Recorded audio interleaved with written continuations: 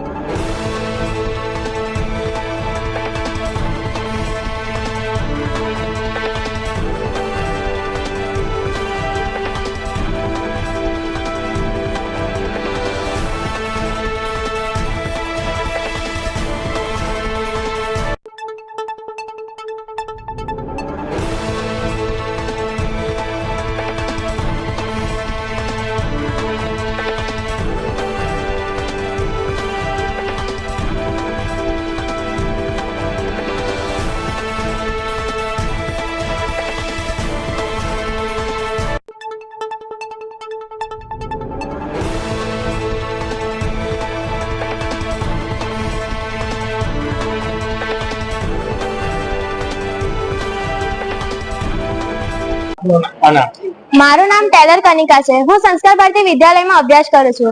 મારી સાથે વિદ્યાર્થીનીઓ આવેલી છે. અહીં અમે રંગોળી દોરવા માટે આવ્યા છે. હમણાં લોકસભામાં ચૂંટણી યોજાવા જઈ રહી છે. તેમાં બધાએ કોઈ પણ લોભ વગર ચૂંટણી કરવી જોઈએ અને બધાએ પોતાનો કિંમતી મત આપવો જોઈએ. તે માટે અમે અહીંયા રંગોળીમાં બતાવવા માટે સૌને પ્રયાસ કરી રહ્યા છે. તેથી આપણે સૌએ મતદાન કરવું જોઈએ અને તે મતદાનનું કેટલું મહત્વ છે તે આપણે વર્ષો વર્ષ સુધી આપણને તેનાથી મદદ થઈ શકે છે. તેથી આપણે આપણો કિંમતી વોટ આપણે જે સારા લાગે નેતા તેને આપવો જોઈએ. કેટલી પ્રકારની દર્શાવી છે રંગોળીમાં કે લોકોને આકર્ષિત કરે? અમે અહીંયા જે નવું સંસદ છે તે દર્શાવ્યું છે. પછી જે નેતા પોતાના પૈસા આપીને જે પોતાના મત મેળવે છે તે મત નહીં મેળવે તે માટે અમે અહીંયા દર્શાવ્યું છે.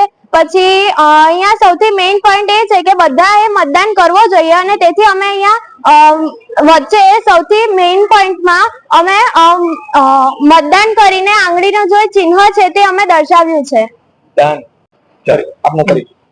મારું નામ હિનાબેન ચાપાનેરી છે. હું સંસ્કાર ભારતી વિદ્યાલયમાં ટીચર છું.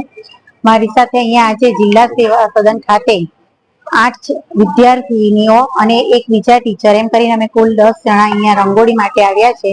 અમારી રંગોળી દોરવા માટેનો મેઇન ધ્યેય એ છે કે આવનારી જે હાલમાં લેનારી 7 તારીખે લોકસભા સામાન્ય ચૂંટણી 2024 જે યોજાઈ રહી છે તે માટે વધુમાં વધુ લોકો મતદાન કરવા માટે પ્રેરિત થાય અને 100% મતદાન થઈ શકે તેવા હેતુથી અમે આ રંગોળીનું આયોજન કર્યું છે અને તેમાં અમારી ધોરણ 9ની વિદ્યાર્થીનીઓ હોંશભેર એમાં ભાગ લઈ રહી છે અને અમે એવું ચિત્ર તૈયાર કર્યું કે જેની અંદર બેલેટ યુનિટ, કંટ્રોલ યુનિટ તેમજ કે કોઈ લોભામણા જે આપે છે કે લોભાઈને લોકો મત કરે તેના માટેનું પણ અંદર યોજના કરવામાં આવી છે કે અંદર દર્શાવવામાં આવ્યું છે કે તેઓ એ રીતે પ્રેરાય નહીં ને પોતાને યોગ્ય લાગે તે વ્યક્તિને જે પોતાનો કિંમતી મત આપે અને આ મતદાનને ખૂબ જ સક્રિય રીતે, ખૂબ જ લાગણીપૂર્વક, તેમાં ઉત્સાહપૂર્વક ભાગ લે તે રીતનો અમારો મુખ્ય હેતુ છે.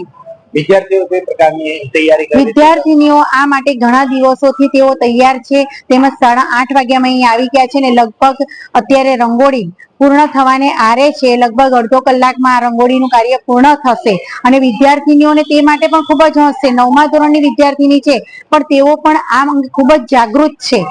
ઇવન અમારી એ જગ્યાએ રંગોળીનું અહીંયા આયોજન છે કે જિલ્લા સેવા સદન ખાતે છે કે જ્યાં પબ્લિક સખત 11 વાગ્યાથી શરૂ થઈને લગભગ 10:30, 11થી શરૂ થઈને સાંજ સુધી પબ્લિક આવન જવનમાં રહે છે અને આ રંગોળી દ્વારા તેઓ મતદાન માટે પ્રેરાય તે અમારો મુખ્ય હેતુ છે.